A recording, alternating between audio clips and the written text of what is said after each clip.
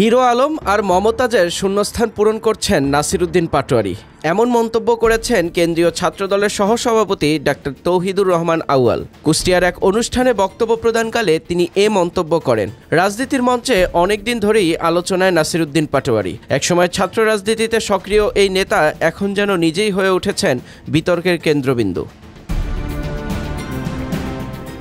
শনিবার বিকেলে কুষ্টিয়ার মিরপুর পাইলট উচ্চ মাধ্যমিক বিদ্যালয় মাঠে অনুষ্ঠিত হয় রাষ্ট্র কাঠামো মেরামতের ৩১ দফা ও শহীদ রাষ্ট্রপতি জিয়াউর রহমানের জীবনী বিষয়ক কর্মশালা ও কুইজ প্রতিযোগিতা। এ আয়োজনের প্রধান অতিথি ছিলেন বিএনপির জাতীয় নির্বাহী কমিটির সদস্য সাবেক সংসদ সদস্য অধ্যাপক শহীদুল ইসলাম। উদ্বোধন করেন ব্যারিস্টার রাগিব রৌফ চৌধুরী। প্রধান বক্তা হিসেবে উপস্থিত ছিলেন কেন্দ্রীয় ছাত্রদলের সহসভাপতি ডাক্তার তৌহিদুর রহমান আউয়াল। তিনি বক্তব্যে কড়া ভাষায় সমালোচনা করেন নাসিরুদ্দিন পাটোয়ারির। তৌহিদুর রহমান বলেন, নাসিরুদ্দিন পাটোয়ারির আচরণ দেখে মনে হয় হিরো আলম আর মমতাজের শূন্যস্থান পূরণ করছেন তিনি।